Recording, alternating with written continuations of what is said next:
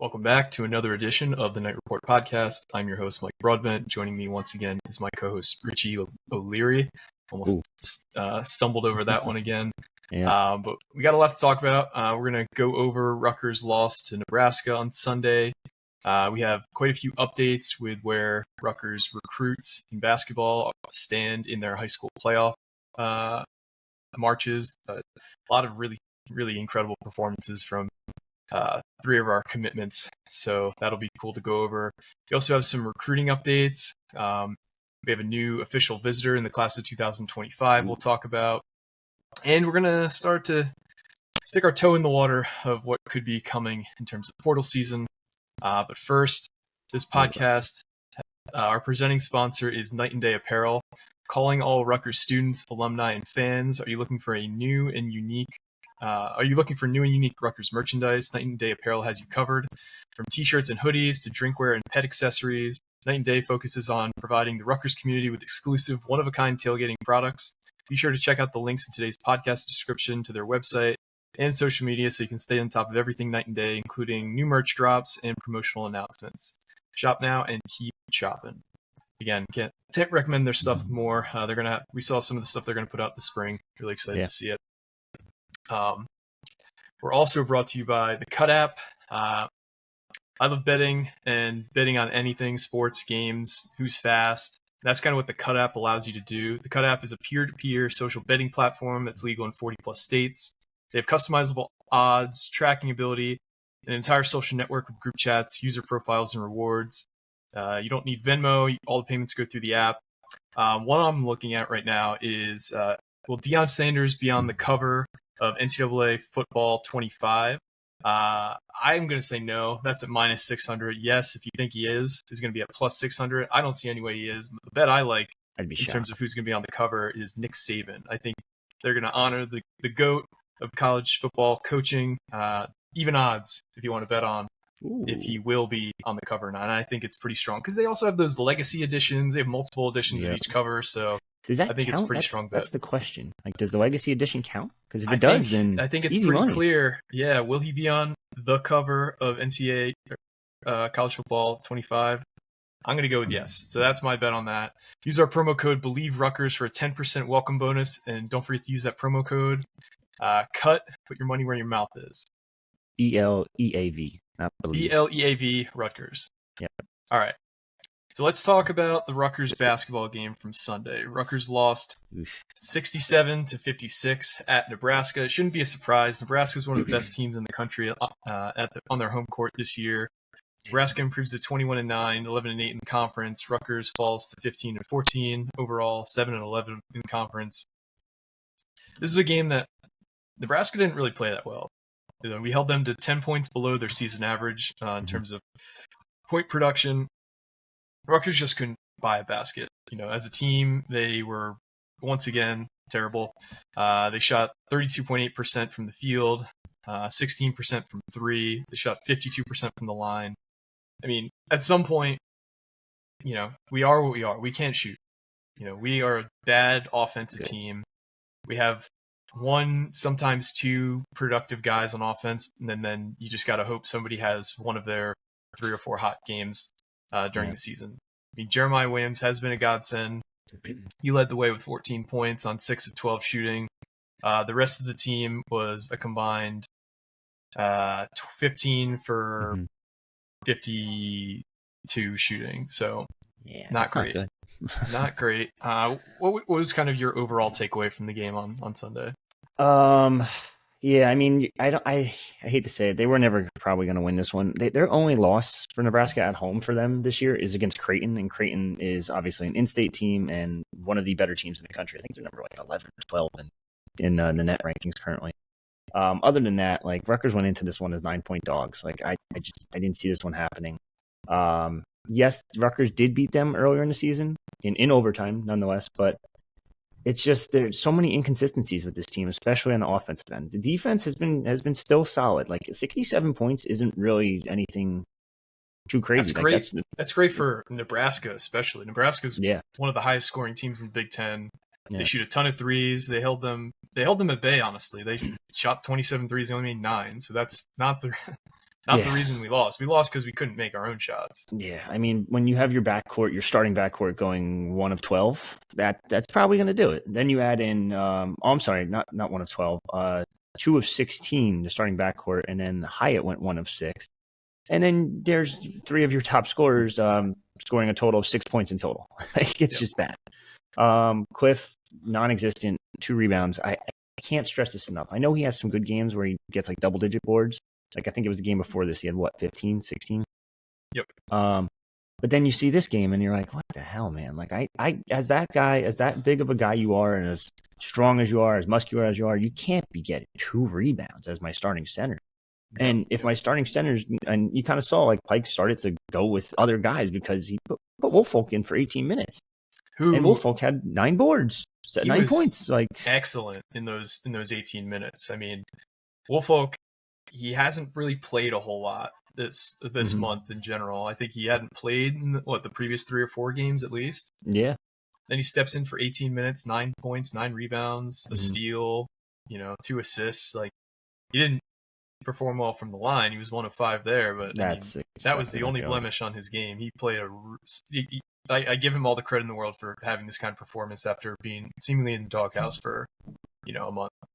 Yeah, no, it's insane. But offense was just non-existent. Like you said, the only guy that really was there, I guess you could argue Woolfolk was there too. But Jeremiah Williams was the only dude that was actually like hitting a legitimate shot. There's nothing. This offense is so stagnant at times. It's so ugly at times. The backcourt, I don't know what you do there because like they're just missing like easy stuff. Again, like Derek Simpson's so inconsistent at times, and I can't even just point to him because Jermichael Davis went 0-6. Like, they're both just really inconsistent. But I can't play a guy 30 minutes when he's 2 of 10. Like maybe it's just me, but I thought that was a little wild to keep playing him and keep him in the game. I mean, but there's no one else that can really dribble. He is a much better defender this year than he was last year. I'll give him that credit. He's really elevated his game. He's borderline. He's a great defender. I wouldn't say he's an elite defender, but he has stepped his game up there. So you need to play him because of that. But I mean, that's like half the team is just like playing for their defensive prowess. We need to really develop guys offensively next year. Like Griffiths, they've started to play more, thankfully. He played 21 minutes, shot 3 of 10, 2 of 6 from deep. He had the only 2 blocks on the team on Sunday. He had 2 blocks, 10 points, 3 rebounds. He gives a shit. You could tell. He's going out there. He's, hustling. He's one of the only guys that are fighting for rebounds. And I don't know what it is. I don't know if everybody's just banged up and run out of steam or just, I don't know. There seems to be just kind of a general malaise that this team is playing with right now that you can't really win with. So it's a shame that, I feel like only 3 guys really went out and gave a good performance on Sunday, and Jeremiah Williams, Antoine Woolfolk, and Gavin Griffiths. Fernandez was decent too, but I mean, he's not really the best defender. Even he did have 2 steals, but he's just not the kind of guy you can throw out against like one of the better offensive players on the other team. But it's just I don't feel like this team is really kind of pushing itself right now, which is a shame because they still do have a shot at making the NIT. Like one of the NIT bracketologists, they do have those as Rutgers in the field. So they must predict Rutgers is going to win one of their last 2 and a Big Ten tournament game because that's kind of how they have to. You can't make the NIT with a losing record. Even with the new rules. Yeah, I was going to say the new rules kind of allow you to pick and choose kind of whoever you want, it seems like. So, of course, they're going to go with the high majors that are going to draw more attention, more TV, more revenue, more seats, more tickets, whatever. So they have a good shot there, but I don't know. There's a lot of issues with this team, and I know we've highlighted it a couple times, but like we've talked about how even in preseason, all throughout preseason, how this is going to be a much faster paced team, and it might not look like it because they're not hitting shots, but it is. Like they're up 85 spots in tempo this year alone. Yeah. They're number 3 in the Big Ten, I think it is. Number 4 in the Big Ten in terms of tempo, according to KenPom. So it's not like I still think it's more of a square peg, round hole type situation. Like some of the players can play this up tempo ball. You see Jeremiah Williams thrive in it. You see Derek Simpson at times thrive in it, but then there's other times where he struggles mightily. it's just there's no one else that can score. That's all it is, really. I'm not saying even if Griffiths does go 5 of 10 and shoots 50% in this game instead of 30%, they still need more scoring. Like you need more than two guys that can score buckets. And right now they have legitimately one guy I trust every night to get me double-digit points, and that's Jeremiah. The rest, I can't count on anyone to get a guaranteed double digits anymore, and that's really bad. Yeah, and they are shooting better at the rim. Like on Sunday, they were 14 of 20 at the rim, which is well above their average. And that's the last few games they've been shooting above 65% at the rim, which is obviously awesome. You want to see that. Yeah, They continue to shoot way too many mid-range shots, and that's just going to be who they are, which is unfortunate. They were 3 of 19 from mid-range. But this offseason, they have to make a massive change in their offensive philosophy. You can't, sure, you're going to win more games next year than we did this year. That's basically a guarantee unless you get decimated by injuries. But, if you have the talent, which you're going to have next year, you need to give them a system that just has these easy, kind of repeatable offensive sets that we don't really seem to run with a level of consistency that we should. We can't be shooting this many mid-range shots the next season.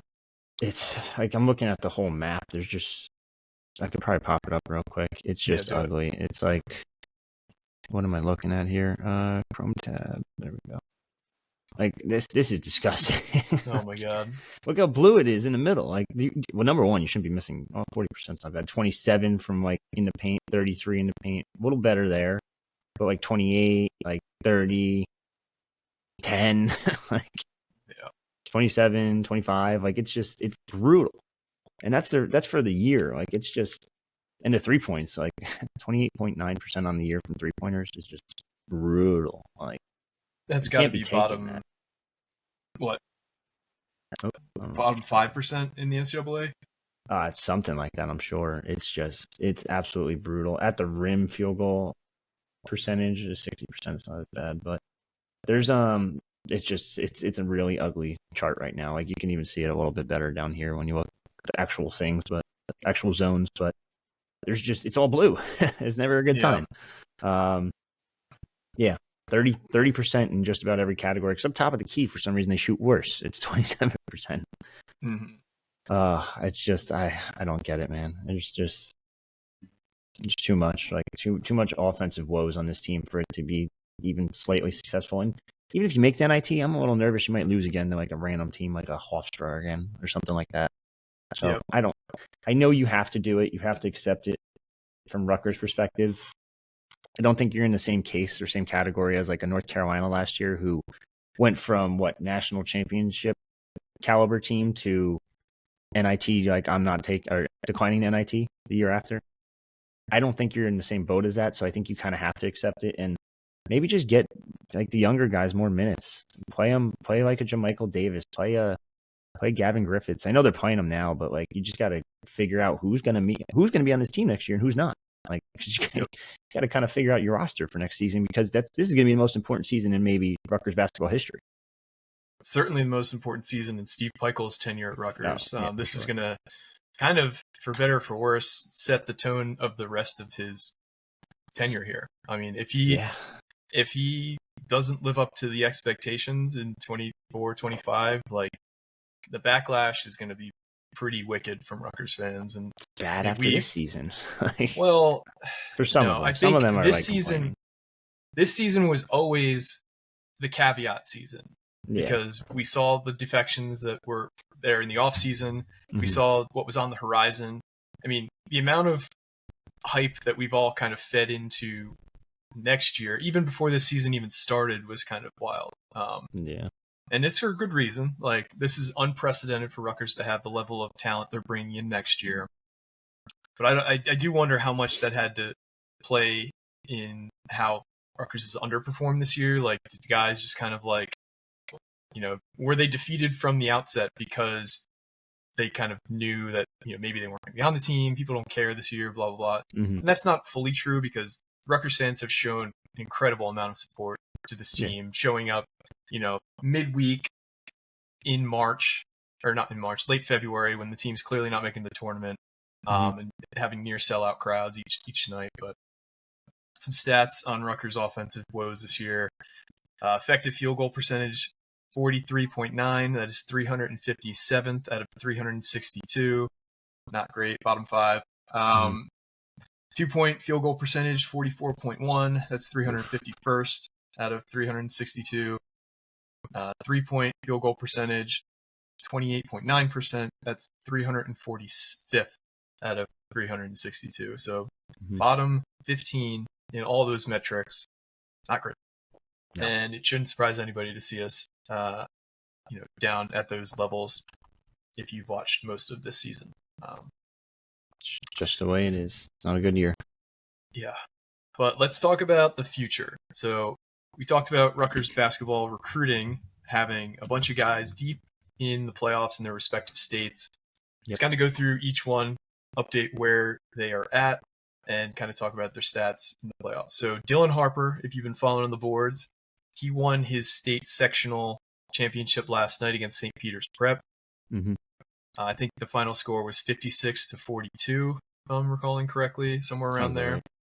He scored 38 of the 56 points for Don Bosco. He went off, and he's been going off all playoffs. He's averaging almost 27 points per game in the playoffs.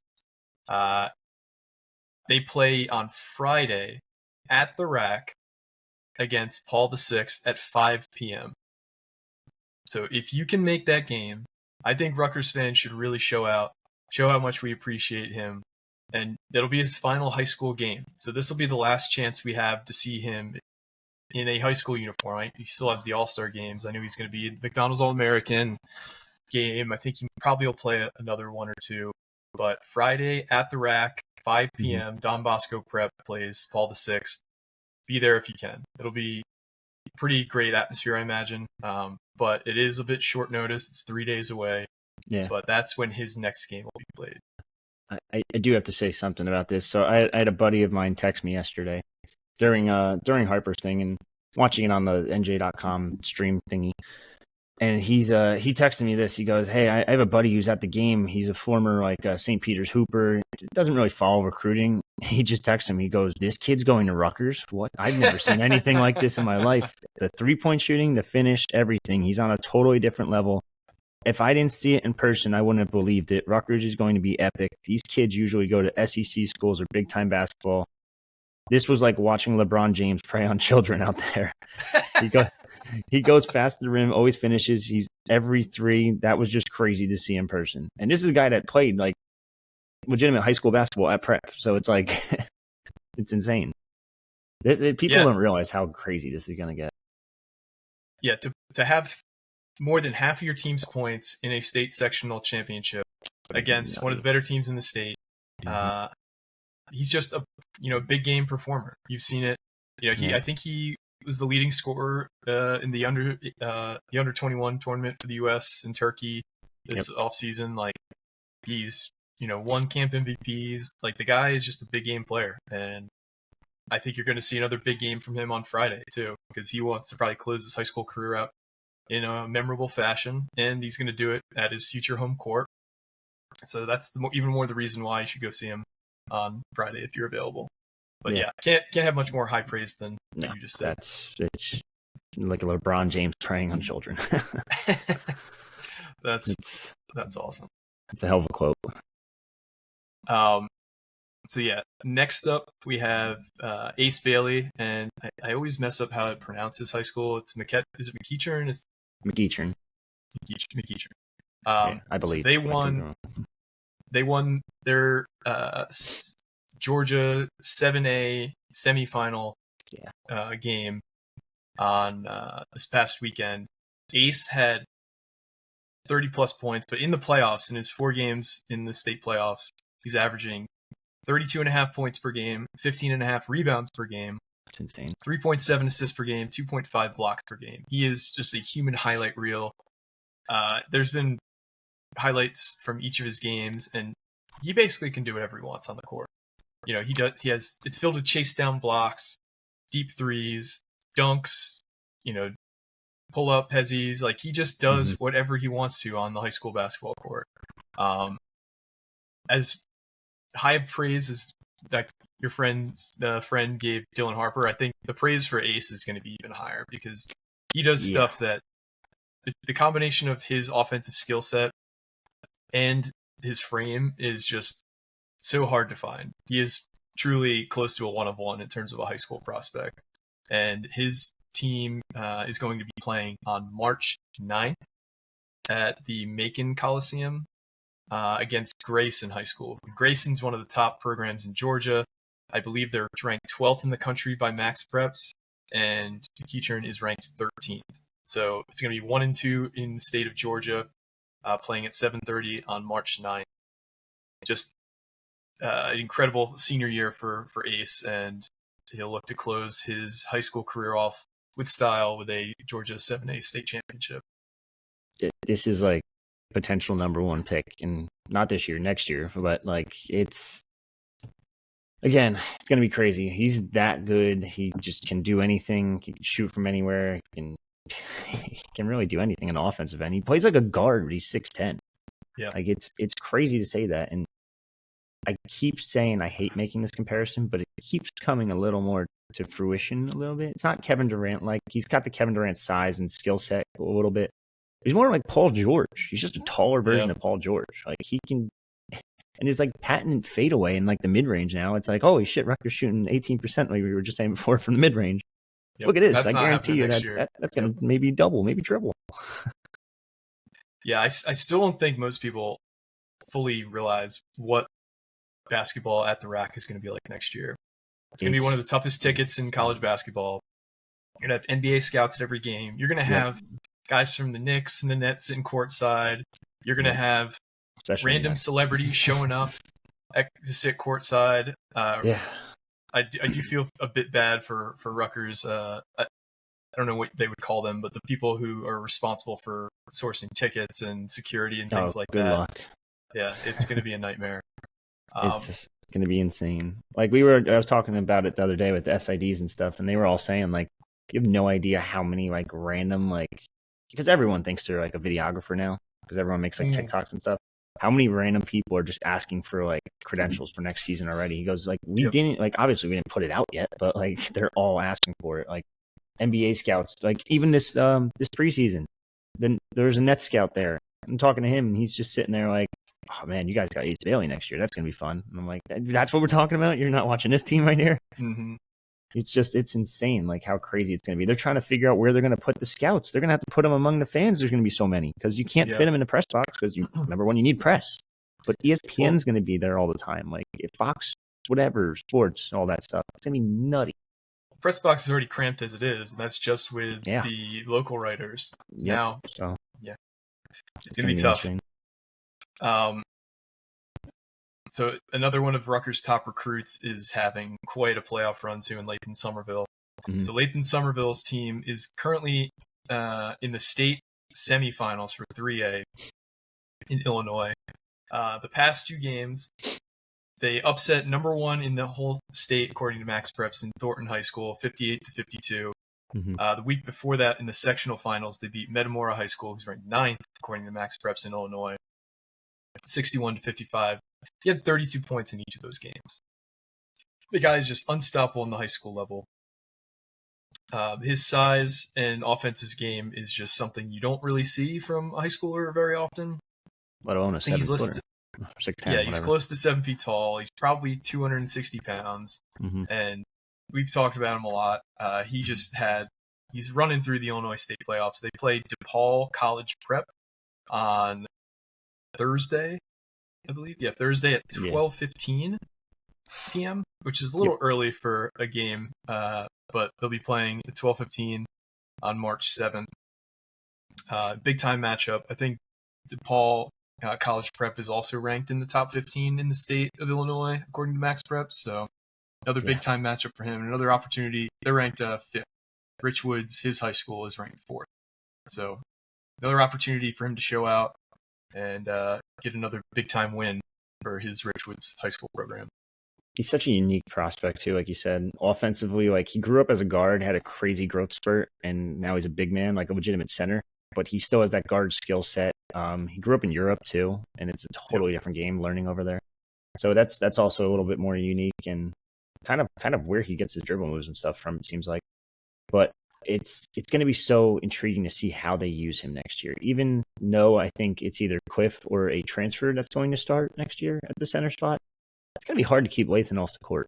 I think you start him slow, 5-10 minutes in a couple first games, get his feet a little wet, and then all of a sudden it could be your starting center by midseason. Yeah, I could totally see it. I think his skill set is one that's going to be hard to keep off the court. Yeah. Very good kid. But another recruit who made it deep into his respective high school state playoff bracket is Bryce Dortch. His school, the Brimmer School, lost in the state championship on Sunday to Bradford Academy, I think it is. Bradford Christian, yeah. Bradford Christian Academy, who has a stupid amount of college talent on their squad. Yeah, so they lost in the state championship, which is unfortunate. But every one of these guys is a winner at the high school level. I think that is a huge feather in the cap of Pikel. Not only is he landing talented kids, but guys who push their team to win and are arguably the best player on their team. I don't think it's really arguable for the first three.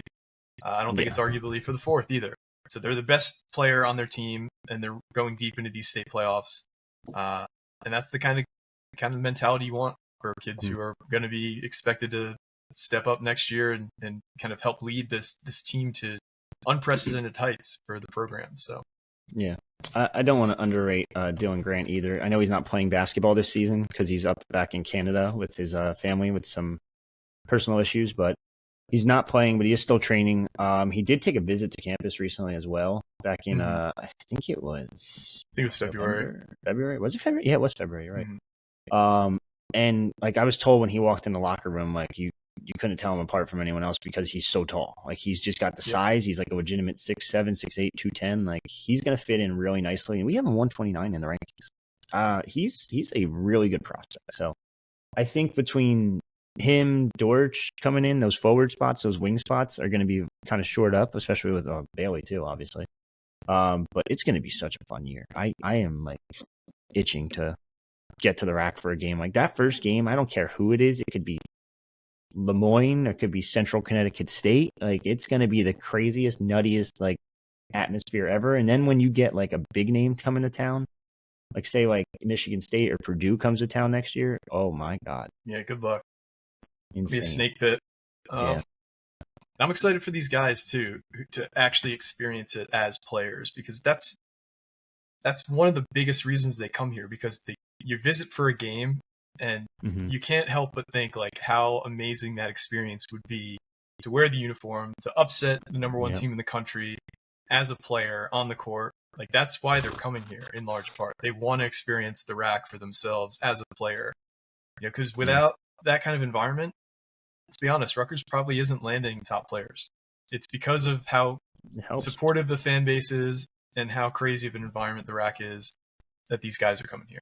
Obviously, having a great coaching staff helps too, but probably the number one thing is playing at that home arena. So, I mean, easily, like you could point to Ace Bailey. He committed after a game. It was that much of like a hype behind it. He was just like, "I'm doing this. Like that's it."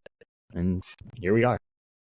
Yep, that was the MAG 3-pointer in overtime last season against Ohio State. I think he said in an article, I forget who it was, but that he was thinking in his head, like, as it's going to overtime, if Rutgers wins this, I'm going to commit. And sure enough, they did. So let's pivot to some recruiting talk. Rutgers recently scheduled a visitor for the class of 2025 for the spring in Dorian Jones. Now, Dorian was a guy that we had previously talked about visiting in the fall, but he had to reschedule it, and he finally announced when he's rescheduling it, and it's going to be in the middle of April. I think April 11th, if I remember correctly, April 12th. Yes, I believe that's correct. So this kid is a Smoke Williamson recruit. He's from the state of Ohio. I think in the latest Rivals 150 that was released today, actually, he is ranked 44th in the country. 54th. That's not updated. That's the old ranking. So he did drop a couple spots. So he's ranked 54th, but he's still got a pretty lofty ranking. Yeah. Talk a little bit about this kid and what you're hearing about his recruitment. Yeah, so he actually previously announced a top like 10 list of schools, and Rutgers was on that list. So was Missouri, who he also scheduled a visit to. I think it's the week after Rutgers or 2 weeks after Rutgers, something like that. He's been to a couple different schools. He's been to Cincy and Ohio State, obviously the local ones in Ohio. He's just a really good prospect, though. Even though he did drop a little bit in our rankings, I don't think I'd read too much into that. I think it's going to be tough to keep him away from a school like Missouri, because apparently Missouri, like not just football wise but basketball wise too, has like a crazy war chest. Like they're also in it for guys like Trey McKinney, who we've mentioned a couple times, and a bunch of other 4 or 5 star guys. They're even in it for the Boozer twins, who are Wow. very highly ranked. So yeah, it's going to be interesting to see where they kind of fall in that category. The fact that he scheduled an official visit says that Missouri's near the top. Now, I'm never going to count out Marlon Williamson, like Coach Smoke. He is a very, very good recruiter. There's been a lot of hype about him. You can actually argue that this offseason he landed the most important player to the team, Jeremiah Williams. Like Yep. he also landed Dylan Grant, who wasn't even ranked in the top, wasn't even ranked when he committed. He's now 129. Like he's a very, very good recruiter.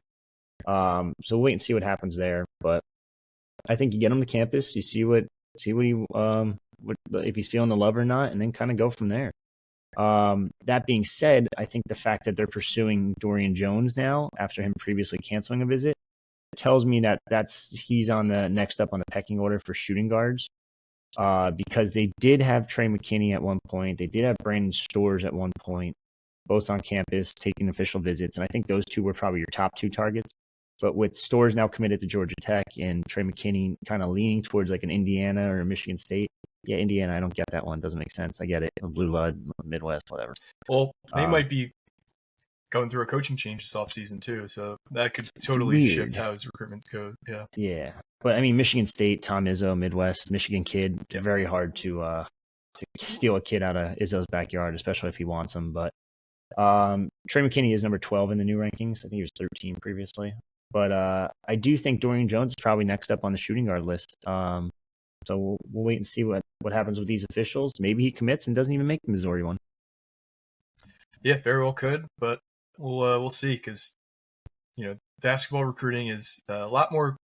I wouldn't say cloak and dagger, but it's a lot more covered in kind of mystery. Like it's a lot harder to get these kids on the phone, get an answer from somebody, whereas high school football is, you're talking to these kids directly multiple times, updating their recruitments. It's just a different game. So I'm sure we'll have more after his visit, but an exciting high-level recruit that will be on campus this April. Yeah, you know what it is? It's just high school football. I can go talk to a kid or his football coach, and they'll give me all the info I need. In high school basketball, it's like, oh, you have to talk to AAU guy here, but no, he has a guy that's up here, and there's a handler, and then there's an uncle, and then there's this guy, and there's this guy that also runs the scouting service in Ohio that knows like more than anything because he's right next to him, and I'm like, dude, like it's not even worth it. Yeah, it's like the Charlie Kelly, like all the red string going different places just to get information from a kid. It's insane, but he is a very good prospect. He's obviously a little on the skinnier side. You see his photos; he's like 6'3", like 155, 160 maybe. But really good guard skill set. Can dribble, can shoot, can score. All the basics. Nothing crazy. There's a reason he's ranked top 50, top 55, whatever it is. Yep. So obviously, great news there. I kind of wanted to dip my toe into portal stuff. Obviously, the portal doesn't open until I believe the 18th, but I do think we're going to see an unprecedented for Rutgers amount of portal activity. I think we're going to see a lot of kids enter the portal, and I think we're going to see a lot more activity from Rutgers to try and get pieces around Ace and Dylan for next year. Just from reading some of the tea leaves, Trilly Donovan has a great Discord if you're not a part of it. He's basically said he expects like more than half of college basketball to enter the portal this year. Yeah. So it's going to be a wild ride. I can't wait to cover it. I can't wait to kind of, go through the intrigue of it. But what do you expect from the portal this year for Rutgers? It's going to be interesting. I mean, Trilly's hinted at it already. I think it's going to happen personally, but nothing's set in stone. Mag is kind of like in a weird situation. He obviously hasn't played a lot. A lot of people are talking about him, talking about what his decision is and what he's going to do. He almost left last offseason, so it wouldn't shock me to see him leave this offseason. I think you need to figure out what Cliff's going to do. From everything we've been told, he's going to declare for the NBA. He's going to do that whole process again. I don't think he's going to sign with anyone immediately. Of course, he'll get like an NCAA agent or whatever he had last year, and they'll kind of tell him what he has to do and stuff like that. But you're probably going to have to wait until Cliff makes a decision to pursue a big man, which is really difficult. Because you're going to have to wait a couple months. And these guys are going to enter the portal immediately, and they're probably all going to be already knowing where they're going for the most part. Yep. That being said, I've heard some interesting names about entering the portal. I've heard Bay Ndongo might enter. So that's one to keep an eye on. So also, he's been liking like every single Rutgers Instagram post. So interesting. Kind of feels like you missed out a little bit, but whatever. Besides the point. Also, Bay Fall, another Bay. It might be entering the portal. I'm hearing that Eric Musselman might be on the move, which would be interesting. So that's also going to complicate a lot of matters, because not only does the portal open during the tournament, which was like the dumbest thing in the world, but it's also coaching changes. There's going to be a ton of coaching changes that are going to happen over the next month, not even month, next couple weeks. Sunday hits, that's it, end of the season. I'm expecting people to start making announcements that they're going to enter. Technically, they can't enter until what was the date? The 18th, I believe. But I expect as soon as the season ends for teams that aren't in the tournament, I guarantee you see people putting out announcements here and there. And it's not going to shock me if Rutgers has five transfer portal guys. It wouldn't shock me one bit, maybe more. I think that they're going to completely revamp this roster. They know what they have to do this season. It's going to be such a big year, and you can't fumble this bag. It's basically handed to you. You just got to figure it out on who fits well with who. I think you keep maybe 3 guys. You have to keep these 3 guys. You have to keep Cliff, I think, because you need a big man. Unless you can find a better big man, which I don't think you're going to. You have to keep Jeremiah. He almost fits this team perfectly to a T. And this one's probably more so because of his recruiting ranking more than anything, but you have to keep Gavin Griffiths. He's starting to show more potential. If he can figure out his shot next year, the sky's the limit. Yeah, and I want to highlight that I don't think the staff is they are aware of the team's strengths and weaknesses. No, they know. And they know that they've struggled mightily offensively, and they are not going to put themselves in that situation again next year. I'll just say that. Nope. So I just want to put it out there that I do expect a much different offseason than we're used to as Rutgers fans, which for us is great because it's going to be a ton of stuff to talk about. But I just want to put that out there. Obviously, nothing's set in stone, but just be on the lookout because things are going to be wild this offseason. We were told a couple guys are already going to enter. We kind of know names already, but we're not going to reveal it yet. But it's something to definitely monitor over the next couple weeks. And like I said, Sunday might hit, and then all of a sudden, boom, that's it. They're entering, or they'll put out a little tweet saying, "Hey, I'm entering the portal." Yeah, I mean the conference tournament is next week too, so I don't think they'll after that, put it out there after until that. But yeah, it won't be long. There will be guys who pretty quickly enter the portal. Yeah, I think they're going to enter almost immediately as soon as that season ends. Yeah, and we'll have everything the moment it happens. So you're not going to miss out as long as you have us. If you subscribe to us on your specific podcast feed or on YouTube, make sure you're following on both those. It's the easiest way to make sure that new videos and new podcasts are right in your stream. Mm-hmm. We do have another giveaway we want to do. This one is for home field apparel. So we have 2 $50 gift cards we want to give away for home field. We're going to run this a little bit differently than the past. So in order to qualify, you have to, 1, be subscribed to the YouTube channel. That's a requirement for this one. 2 is you have to leave a comment either in the video below, or we'll give you 2 entries if you leave a podcast review on Apple Podcasts. So if you do one of those 2 things, you'll be entered. You'll get 2 entries if you write the review, though, and just 1 for a podcast, a YouTube comment on this video. We'll give away these gift cards. Let's say 2 weeks from now. So the end of the basketball season. So the 18th, the day the portal opens, we'll give these away. Just type. What should we type? That's a tough one. I don't know, but something basketball related. Yeah. Type. This is March.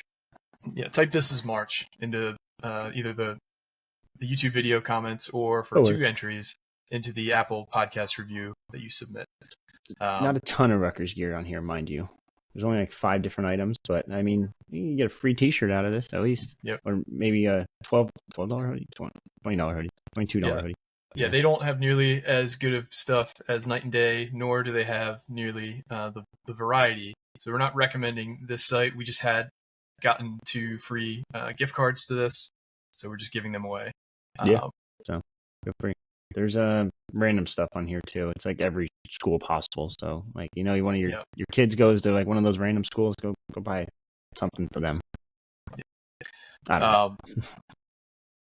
So that's the giveaway for this month. And our final thing is Rutgers baseball has its home opener tonight.